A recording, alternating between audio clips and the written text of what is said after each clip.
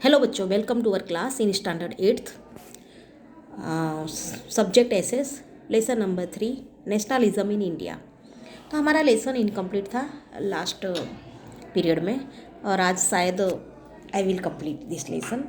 बच्चों, मैंने कल से वीडियो सेंड किया हुआ है, लेकिन आप लोग का इस बार रिस्पॉन्स बहुत इतना अच्छा नहीं आ रहा जितना आप हमेशा देखते हो। तो I hope you will watch all video carefully and much, बहुत अच्छी तरह से देखो बेटा। जब तक आप लोग की स्कूल ओपन नहीं हो तब तक आप लोगों को वीडियो देखने हैं, इसलिए I hope you will watch all of you. Okay. तो हम लोग मुस्लिम लीग की स्थापना, इसके बारे में हम रीड कर चुके थे, फिर भी once again. The Britisher had adopted the policy of divide and rule. ब्रिटिशरों ने ये पॉलिसी अपनाई थी, कौन सी? विभाजित करना, डिवाइड यानी अलग करना, और रूल करना, दो के बीच में लड़ाई करवाना, और उस पर फिर उन पर ही अपना शासन करना। लेकिन नेशनलिज्म की जो भावना थी वो चारों तरफ से बहुत ही ज़्यादा स्ट्रांगली फैली हुई थी। This was the time when Britisher decided to break the national unity. अब उनको इसलिए उन्होंने ये पॉलिसी लाई कि किसी भी तरह जो नेशनल यूनिटी उसको तोड़ा जाए। The Britisher were successful in explaining the above Muslim groups, और उन्होंने जो ब्रिटिशर जो थे वो सक्सेस भी हुए एक्सप्लेन करने में, समझाने में मुस्लिम लीग को, मुस्लिम ग्रुप को। और इससे उनको समझाने में इतने सक्सेस हुए तो रिज़ल्ट ये आया कि मुस्लिम लीग की स्थापना हुई, मुस्लिम लीग बनाई गई 1906 में, वो भी ढाका में। द रिलीजियस हेड ऑफ, अब ये इस मुस्लिम लीग के रिलीजियस थे, रिलीजियस जो धार्मिक हेड थे, जो मुखिया, तो वो थे Aga Khan, nawab of Dhaka, Salimullah, viceroy Minto and his private minister Dunlop Smith played a vital role in the stabilize. तो जो ब्रिटिशर ऑफिसर थे उन्होंने भी बहुत बड़ी भूमिका निभाई मुस्लिम लीग की स्थापना करने में, क्योंकि उन्हें पता था जब तक हम मुस्लिमों को भड़काएंगे नहीं तब तक मुस्लिम लीग की स्थापना नहीं होगी। अगर एक बार मुस्लिम लीग की स्थापना हो जाएगी तो सेपरेट करना, यूनिटी को तोड़ना बहुत ईजी होगा, और ऐसा ही हुआ। Now home rule movement 1916, Bal Gangadhar Tilak stabilized Indian home rule league. Bal Gangadhar तिलक जो थे उन्होंने इंडियन होम रूल की स्थापना की in Pune in April 1916। Tilak announced swaraj is my birth right and I will attain it surely. Tilak ने अनाउंस किया था कि स्वराज्य मेरा जन्म सिद्ध अधिकार है और मैं वो लेकर आऊँगा। He wrote articles in Kesari and Maratha, he delivered speeches and gain public favour and positive opinion. उन्होंने जो स्पीच दी थी उससे लोगों का बहुत अच्छा ओपिनियन, सलाह मशवरा उनको प्राप्त हुआ, मिला। During this time Tilak was given the honour of the Lokmanya. इसी समय उनको बाल गंगाधर तिलक को लोकमान्य का टाइटल मिला था। Annie Besant stabilised Home rule League. Annie Besant जो थी, सी इज लेडी, उन्होंने होम रूल की स्थापना की, स्टेबलाइज्ड इन कहाँ पर? Madras. Okay, in April 1916। Both the organisation had the objectives of attaining the home Swaraj. दोनों के मुद्दे सेम थे, दोनों जो ऑर्गेनाइजेशन थे उनके जो मुद्दे थे होम रूल के ही थे, थ्रो कॉन्स्टिट्यूशनल वे, संवैधानिक रूप से। Annie Besant wrote various articles in weekly the Commonwealth. तो एनी बेसेंट वीकली एक आर्टिकल्स लिखती थी, तो उनका नाम था Commonwealth, and in daily New India, और एक वीकली था उसका नाम था कॉमनवेल्थ, और जो डेली जो आर्टिकल उनका पब्लिश होता था उसका नाम था New India. Annie Besant pleaded with the British government to give away our responsible state administration and home rule as early as possible. Annie Besant ने अनुरोध किया था ब्रिटिश को कि जैसे जितने जल्दी हो सके होम रूल, जल्दी से जल्दी होम रूल की स्थापना करो, उसकी व्यवस्था करो। रिस्पॉन्सिबल स्टेट किसको दो? होम रूल को दे दो, जल्दी से जितना पॉसिबल हो सके। Congress and Muslim league supported the home rule movement. तो जो होम रूल मूवमेंट था तो उसको सपोर्ट किया मुस्लिम ने भी और कांग्रेस ने भी। एनी बेसेंट वॉज इन प्राइजन इन उत्तराखंड। उनको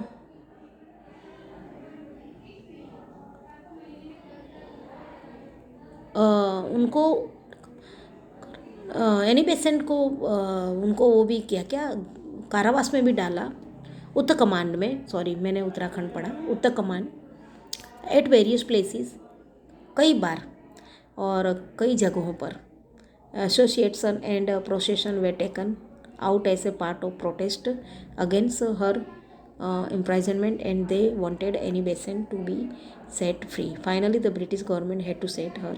जब उनको imprisonment में डाला तो कई जगहों पर दिखावे हुए, प्रोटेस्ट किया उस उनके अगेन कि उनको मतलब जो जेलवास में डाला था। तो इसलिए फिर क्या हुआ कि किसी भी तरह फिर अंग्रेज़ों को उन्हें फ्री करना पड़ा। किसको? लोगों की डिमांड के चलते और लोगों के उग्र जो दिखावे थे, विरोध किया था लोगों ने, इसलिए अंग्रेज सरकार को झुकना पड़ा और एनी बेसेंट को फ्री किया। Annie Besant was the first female president selected in Congress conference held at Kolkata in December 1917। First time जो लेडीज फीमेल प्रेसिडेंट थी, जो कांग्रेस कॉन्फ्रेंस हुई थी कोलकाता में 1917, उसमें उनको चूज़ किया गया था। किसके रूप में? प्रेसिडेंट के रूप में। लखनऊ पैक्ट 1960 समझौता। Joint conference was held by Congress and Muslim league in Mumbai in 1915। Joint conference held की गई थी मुंबई में 1950 में, मुस्लिम और कांग्रेस की दोनों की। आफ्टर 1 ईयर, एक साल के बाद, Congress and Muslim league held the annual conference in 1915। एक साल के बाद ये 1915 में कांग्रेस और मुस्लिम लीग दोनों की कॉन्फ्रेंस एक साथ मतलब जॉइंट हुई थी, कॉन्फ्रेंस हेल्ड हुई थी और वो भी लखनऊ में। The extremist and moderate groups were separated in Surat conference of Congress in 1907।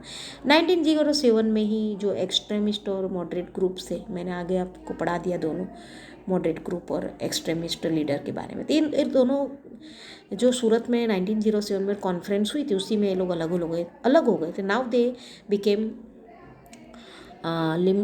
Limited, इसलिए अब वो मतलब क्या हो गए थे, लिमिटेड में हो गए थे। It came to be known as Lucknow pact. With this pact the Congress and Muslim League started giving importance to national well being as political party. तो उनको मतलब शामिल नहीं किया था। They became united. इसमें कुछ है ना, प्रिंटिंग में थोड़ा झांका दिख रहा है, इसलिए समझ में नहीं आ रही writing.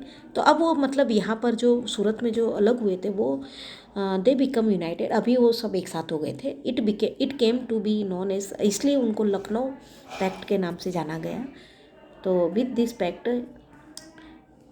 The Congress and Muslim League started giving important to national well. दोनों ने मिलकर पहले तो देश की अच्छाई के बारे में महत्व, पहले तो देश किस तरह मतलब उनका पॉलिटिकल पार्टी उनकी भलाई के बारे में सोचा। The fight for Swaraj got momentum, और स्वराज्य के बारे में डिस्कशन किया दोनों। पहले मेन इम्पोर्टेंस किसको दिया? देश की भलाई को दिया, देश के हित के लिए सोचा पहले। Okay, now Subhash Chandra Bose and Azad Hind Fauj. Subhash Chandra Bose was born on 23rd January 1879 in Cuttack, Orissa. His mother's name was Prabhavati. उनकी माँ का नाम था Prabhavati and father's name was Janakinath Bose. He was very intelligent since childhood, और इनका जन्म 1879 में हुआ था 23rd January। बचपन से ही बहुत स्मार्ट थे, इंटेलिजेंट थे। इनके माँ का नाम प्रभावती था और पिता का नाम जानकीनाथ बोस था। He secured 4th position in IAS exam in London in 1920। 1920 में उन्होंने IAS की एग्ज़ाम में 4th पोजीशन में सिक्योर किया था। After coming to India he joined Indian National Congress, और भारत आने के बाद उन्होंने इंडियन नेशनल कांग्रेस जॉइंट की, क्योंकि उनको बचपन से ही देश प्रेम, पैट्रियोटिक थे और उनको बहुत ही मतलब अंग्रेज़ों के खिलाफ थे, और अंग्रेज़ों का जो उनके इंडियन के साथ रवैया था उससे वो बहुत दुखी हुए थे। इसलिए उन्होंने किसी भी कीमत पर फ्रीडम फाइटर मतलब भारत की आज़ादी के लिए लड़ने का सोचा और इसलिए वो आज़ादी के लिए लड़ने के लिए वो इंडियन नेशनल कांग्रेस उन्होंने ज्वाइन की। He participated in the freedom struggle movement, बहुत सारे फ्रीडम स्ट्रगल मूवमेंट हुए उसमें भी उन्होंने हिस्सा लिया। He was caught as political prisoner 11 time, और इस तरह वो पॉलिटिकल राजनीतिक दल मतलब ही पॉलिटिकल प्राइजनर उनको कैदावास में भी डाला। कितनी बार, 11 बार उनको जेल में भी मतलब अरेस्ट भी किया। ही became the president of Congress in Haripura Congress conference in 1938। उनको जब हरिपुरा इन सूरत, हाँ, तो उसमें भी वो प्रेसिडेंट बने गए कांग्रेस के जब 1938 में कॉन्फ्रेंस हुई थी। Again he became the president for the second time in Tripura Congress conference, और दूसरी बार भी उनको त्रिपुरा कांग्रेस कॉन्फ्रेंस में 1939 में भी उनको प्रेसिडेंट बनाया गया था। Certain opposition and difference in opinion forced him resign from the presidentship. कुछ उनके विचार जो उन्होंने कुछ विरोध में काम किया, और कुछ अपोजिशन था, उनका विरोधाभास हुआ उनके विचारों में। विचार न मिलने के कारण उनके जो सलाह मशवरा था, उनके जो विचार थे, ओपिनियन थे, वो नहीं मिले, उनमें डिफरेंसेस आई, इसलिए उन्होंने उनको फोर्स किया गया रिज़ाइन देने का, और इसलिए उन्होंने प्रेसिडेंटशिप से रिज़ाइन दे दिया। उसके बाद क्या हुआ, in May 1939 Subhash Chandra Bose form a new political party. उन्होंने एक नई पॉलिटिकल पार्टी बनाई जिसका नाम था Forward Bloc. The Second World War started in Europe. Forward Bloc started anti-war propagation through advertisements. अब सेकेंड वर्ल्ड वॉर यूरोप में स्टार्ट हो गया था। यूरोप एक कॉन्टिनेंट है, तो वहाँ पे बहुत सारी कंट्री थी जो उस समय जिस तरह हमारे एज लाइक अवर इंडिया, वो भी स्लेवरी में थी। वही बहुत सारी कंट्री इंग्लैंड के ही अंडर में थी। तो वहाँ पे मतलब सेकेंड वर्ल्ड वॉर स्टार्ट हो गया था। और यहाँ पर कई जो फॉरवर्ड ब्लॉक कमेटी जो इन्होंने बनाई थी पॉलिटिकल पार्टी, इसने भी मतलब ये पार्टी ने भी एडवर्टाइज के थ्रू देश के प्रति मतलब फ्रीडम, ब्रिटिशरों के खिलाफ लड़ने के लिए काफ़ी एडवर्टाइजमेंट और स्टार्ट कर दिया था। मतलब एंटी वॉर में मतलब अपना हिस्सा लेना शुरू कर दिया था। और सुभाष चंद्र बोस एंड इज कंपनियन, उनके साथ ही सुभाष चंद्र बोस उनके साथ वेयर अरेस्टेड एंड प्राइजन। इसलिए ये जो प्रवृत्ति कर रहे थे अपने देश के लिए फाइटिंग करने के लिए और अंग्रेजों के खिलाफ जो भड़का रहे थे, इसलिए ब्रिटिशरों ने इनको क्या कर दिया, अरेस्ट किया और इनको कैद में डाल दिया। Subhash Chandra Bose started fasting. अब सुभाष चंद्र बोस ने क्या किया, उपवास पे उतर गए ड्यू टू शेवर इलनेस, और उनकी मतलब बीमारी के कारण he was set free from prison. इसलिए उनको क्या किया गया, अब जब बीमार अवस्था थी तो इसलिए उसमें कैद में तो रख नहीं सकते, इसलिए उनको फ्री कर दिया। लेकिन फ्री तो किया उनको, लेकिन he was out under house arrest. लेकिन अपने नज़र कैद में रहे, अंडर हाउस अरेस्ट यानी अपने ही घर में नज़र कैद में उनको रखा ताकि कहीं इधर उधर बाहर न जा सके। On 17 January 1941 Subhash Chandra Bose evicted himself from this house imprisonment given by the Britishers. अब वो क्या हुआ कि 17 जनवरी 1940 सुभाष चंद्र बोस जो ब्रिटिशरों के द्वारा उनको सजा दी गई थी अपने ही घर में, उसमें से वो क्या हो गए, भागने में कामयाब हुए। ही डिस्क्यूज वेश बदलना, उन्होंने कौन सा वेश लिया, हिम सेल्फ एंड रिच्ड, उन्होंने अपने आप को अपना वेश बदला, एक पठान के रूप में उन्होंने अपना वेश लिया, वो बदला, वेशभूषा बदली और एक पठान बन के ही रिच्ड बर्लिन, और बर्लिन पहुँचे कहाँ से होते हुए, पेशावर, काबुल एंड मास्को होकर। He reached Berlin and the Britisher were shocked to hear he speech on radio. जब उन्होंने, ब्रिटिशरों को पता ही नहीं चला, वो पठान का वेश धारण करके वाया होकर बर्लिन पहुँचे, और जब उन्होंने रेडियो में उनकी स्पीच सुनी तब ब्रिटिशरों को झटका लगा कि ये क्या, तो मतलब उनकी बंधन में से वो मुक्त होकर और अपने आप को वेश बदल के गए थे। From there he went to Japan via Sumatra, फिर वहाँ से वो जापान गए सुमात्रा होकर। तो for your knowledge, Germany and Japan were enemies of the British, और ये जो जर्मनी और जापान थे ना, दोनों ब्रिटिश के दुश्मन थे। Taking advantage of this Subhash Chandra Bose started his communication with German leader, और इसका फ़ायदा उठाते हुए सुभाष चंद्र बोस ने जो जर्मन लीडर थे उनके संपर्क में आए, और Hitler and Japan prime minister Tojo, और जर्मन लीडर हिटलर थे और जो जापान के प्राइम मिनिस्टर तोजो, इन दोनों के कांटेक्ट में आए कौन, Subhash Chandra Bose. Japan would be helpful, so Subhash Chandra Bose decided to start the fight with the help of another Asian country. तो जापान ने उनको बहुत हेल्पफुल हुए और इसलिए सुभाष चंद्र बोस ने डिसाइड किया कि अदर कंट्री, एशियन कंट्री के साथ मिलकर अंग्रेजों के खिलाफ फाइट लड़ी जाए। As the captain of Azad Hind Fauj, अब सुभाष चंद्र बोस किस तरह आज़ाद हिंद फौज के कैप्टन बने। An Indian soldiers from British army whose name was captain Mohan Singh form.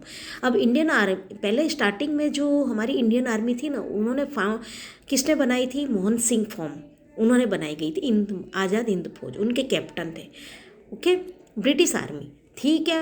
An Indian soldier जो भारत के सिपाही थे और वो ब्रिटिश आर्मी के द्वारा नियुक्त किए गए थे, लेकिन उनका नाम था कैप्टन मोहन सिंह। लेकिन वहाँ पर उन्होंने आज़ाद हिंद फौज की रचना की with the help of Indian soldier who had gone to Japan for help, जो जापान के लिए गए थे मदद के लिए। तो उन इंडियन सोल्जर्स की हेल्प लेकर उन्होंने आज़ाद हिंद फौज की रचना की।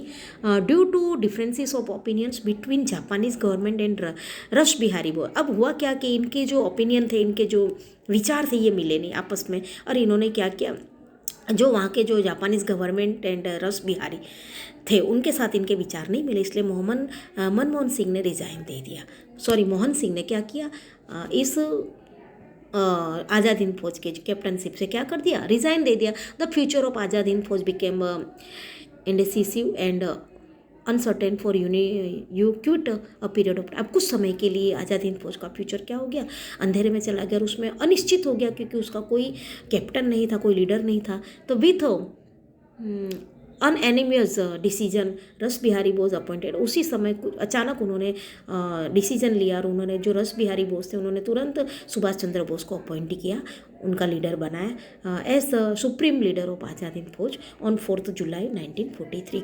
1943 में आज़ाद हिंद फौज का अचानक उन्होंने फैसला लिया और सुभाष चंद्र बोस को उनका क्या बनाया गया, लीडर बना दिया, सुप्रीम यानी सबसे बड़े leader. The whole authority was given to him, और पूरी जो भी जितनी भी आज़ाद हिंद फौज की जो भी आर्मी की जो सोल्जर्स की अथॉरिटी थी वो किसको दे दी गई, सुभाष चंद्र बोस को। Subhash Chandra Bose took charge of leader of Azad Hind Fauj in जुलाई 1943। सुभाष चंद्र बोस ने पूरा चार्ज अपने कंट्रोल में ले लिया आज़ाद हिंद फौज का, वो सबसे बड़े लीडर बने। He was given the honour, उनको उस समय जब वो आज़ाद हिंद फौज के लीडर बने तब उनको टाइटल मिला, किसका, नेताजी का टाइटल। उस समय उनको सम्मानित किया गया नेताजी से। नेताजी गेव द स्लोगन चलो दिल्ली, और सुभाष चंद्र बोस ने स्लोगन दिया चलो Delhi, march to Delhi to the फौज को ये स्लोगन दिया। एंड ही गेव द मंत्र, और उन्होंने एक मंत्र दिया जय हिंद टू द कंट्री, देश को एक मंत्र दिया, क्या दिया, जय हिंद। तो बच्चों जय हिंद और चलो दिल्ली ये नारा किसका था, सुभाष चंद्र बोस का था।